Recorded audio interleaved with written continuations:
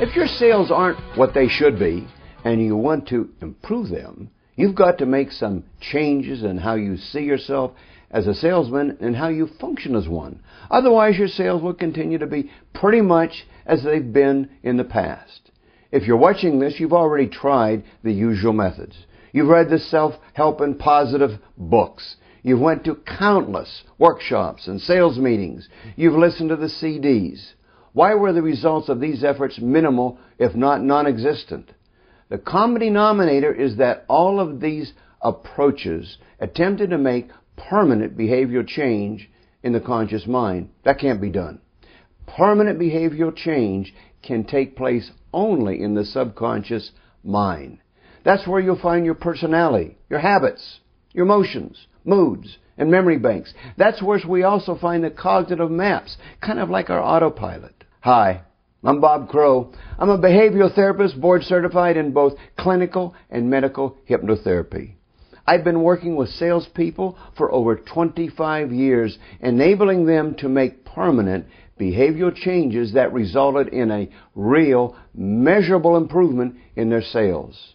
Now, how many of you, when you were a small child, dreamed of being in sales? Right, that's what I thought. In fact, some salespeople kind of half-jokingly say, I didn't select sales, it selected me. What does that mean? A doctor wouldn't say that, nor would a dentist or an architect.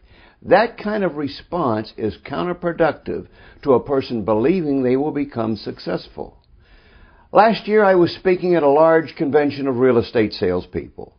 I found it interesting that none of these salespeople wanted to admit they were in sales. They'd call themselves associates, consultants, partners, advisors, anything but a salesperson. It didn't seem to me that they had a good image of what they did for a living.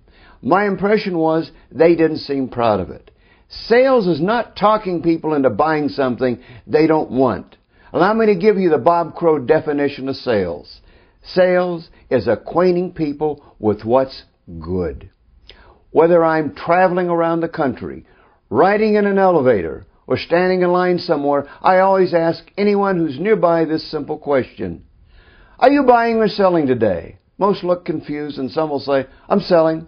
Some will say, I'm buying. And some say, neither. Neither? I chide them and say, we're all either selling or buying every day. Many don't understand that when they're on a job interview or in a meeting trying to convince others of the solution they think works, they're selling.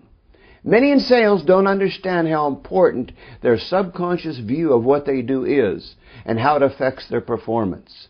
Let me share a story with you about the importance of sales in a business. After World War II, many pilots came home and started flying schools. They'd get space at an airport, put up a sign, and wait for someone to come by who wanted to take flying lessons.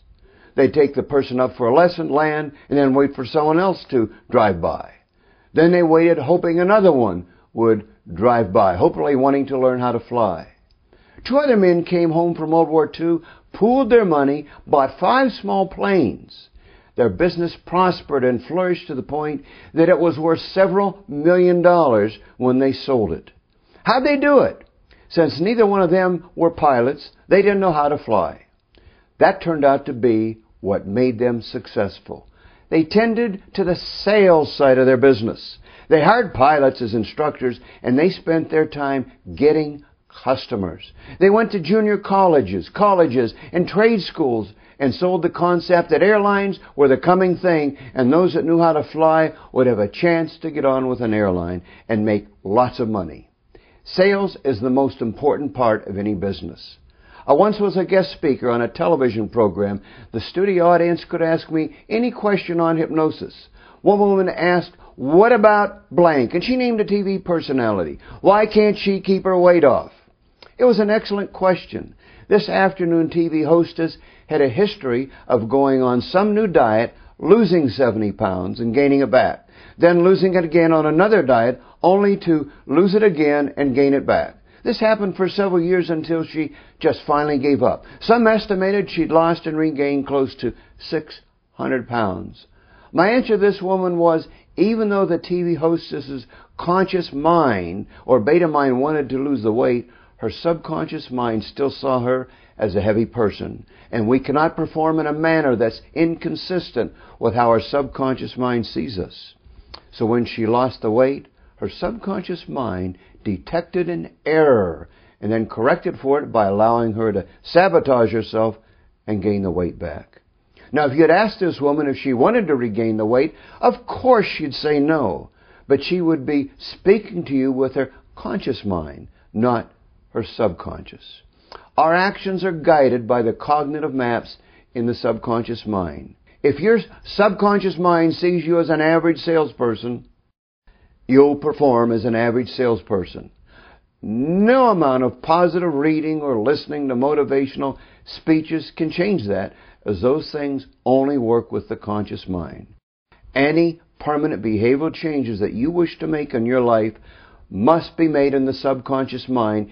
Hypnosis is the only way to access the subconscious mind deliberately. Hypnosis is the bridge to the subconscious mind. If you want to make some positive, permanent behavioral changes in your life, give me a call for a complimentary consultation. I'm Bob Crow.